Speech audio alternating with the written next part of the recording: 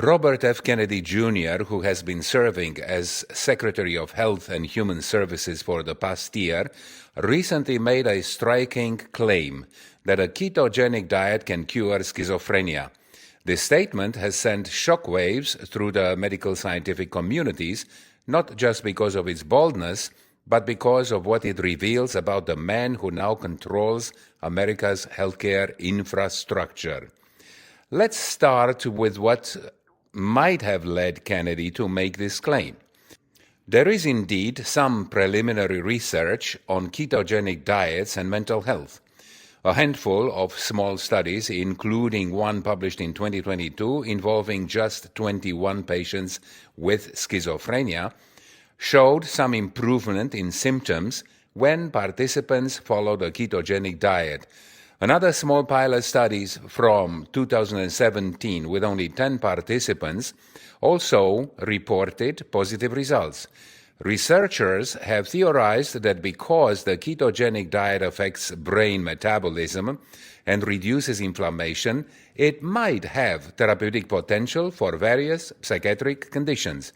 The problem is that these are tiny preliminary studies. They are the kind of early-stage research that scientists use to justify larger, more rigorous investigations, not to declare cures. The 2022 study Kennedy might have been referencing was not a randomized controlled trial, the golden standard for medical research. It had no placebo group. The participants knew they were on a special diet, which introduces massive potential for placebo effects and observer bias. Most critically, the study only lasted 4 months and involved people who were also taking their regular antipsychotic medications, making it impossible to isolate the diet's effect. Schizophrenia is a severe chronic mental illness affecting approximately 24 million people worldwide. It's characterized by delusions, hallucinations, disorganized thinking, and severely impaired functioning. We have decades of research showing that antipsychotic medications, while imperfect and carrying side effects, are effective at managing symptoms for many patients. Cognitive behavioral therapy and psychosocial interventions also help. The idea that this complex neurobiological disorder can be quote-unquote cured by any single dietary intervention flies in the face of everything we know about the condition. The word cure is particularly dangerous here. Schizophrenia is a condition that typically requires lifelong management. Telling patients or their families that a diet can cure it risks encouraging them to abandon proven treatments. When people with schizophrenia stop taking their medications, the consequences can be catastrophic. Psychotic breaks, hospitalizations, homelessness, violence towards self or others, and suicide. The relapse rate for people who discontinue antipsychotics is extremely high, often within months. Imagine a parent of a young adult with schizophrenia hearing the nation's top health official say that there is a dietary cure. That parent might convince their child to stop medication and try the keto diet instead. When the inevitable relapse occurs, weeks or months later, the psychotic episode might be more severe than before. The trust between patient and healthcare provider might be shattered. The family might blame themselves, and tragically, some patients might not survive to get back on treatment. This isn't Kennedy's first venture into making medical claims unsupported by robust evidence. His opposition to vaccines is perhaps this most well-known position. He has repeatedly claimed that vaccines cause autism, despite this hypothesis having been thoroughly investigated and conclusively disproven by numerous large-scale studies involving hundreds of thousands of children.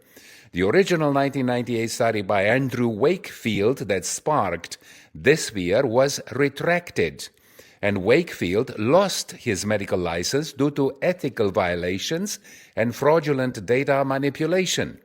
Kennedy's anti-vaccine activism has already had measurable, deadly consequences. In 2019, he visited Samoa and met with an anti-vaccine activist there, contributing to vaccine hesitancy in the country. Later that year, a measles outbreak killed 83 people in Samoa, most of them young children. While Kennedy denies direct responsibility, public health experts have documented how his organization's messaging contributed to the climate of vaccine distrust that allowed the outbreak to become so deadly.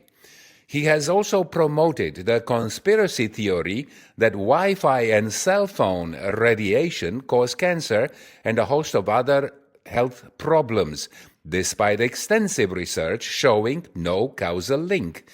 He's claimed the antidepressants are responsible for school shootings, a statement with no scientific backing that stigmatizes mental illness and discourages people from seeking treatment.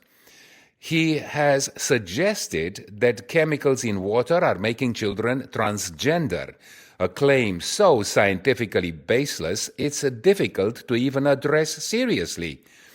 Kennedy has questioned the safety of fluoride in drinking water, one of the greatest public health achievements of the 20th century.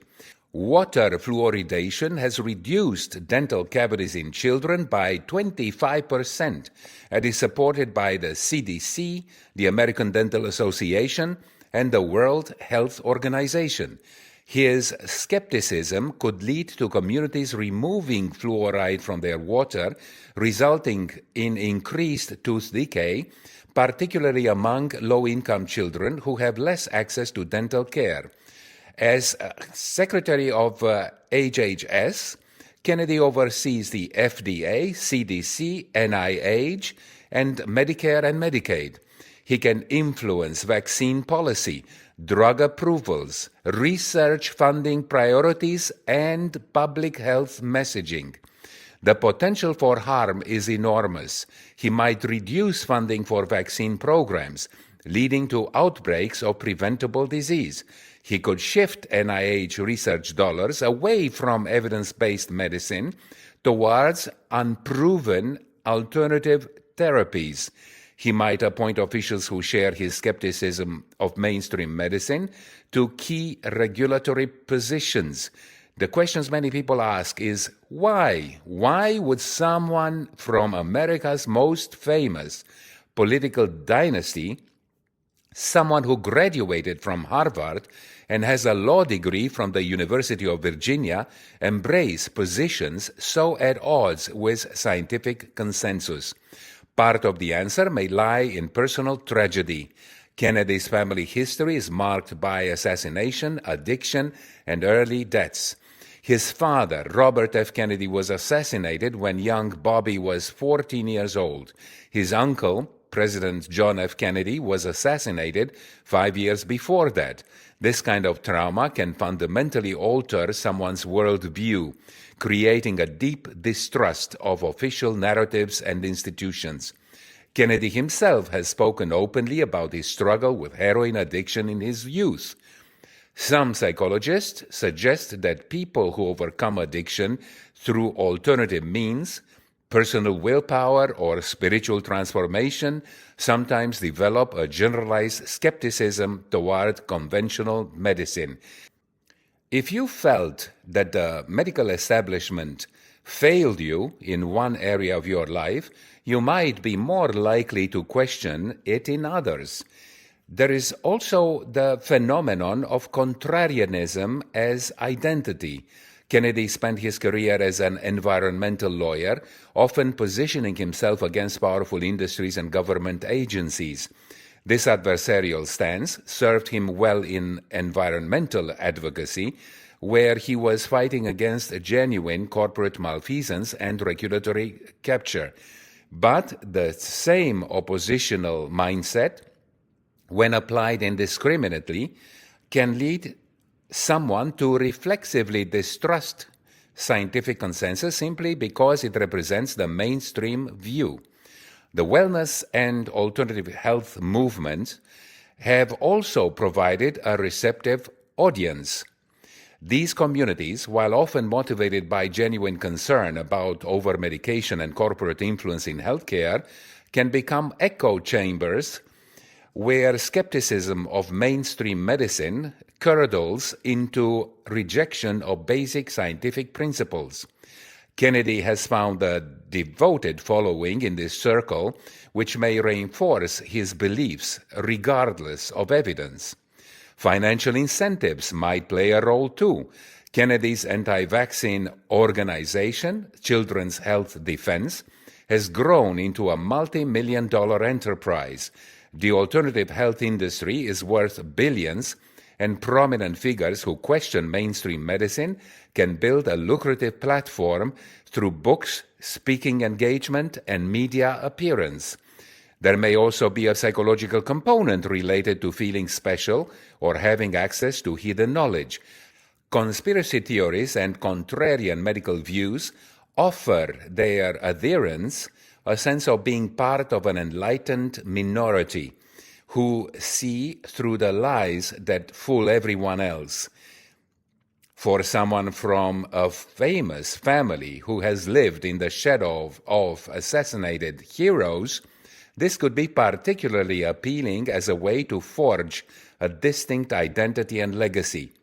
Whatever the psychological or biographical explanations, the practical consequences of Kennedy's views are what matter most. Public health depends on trust in scientific institutions, however imperfect they may be.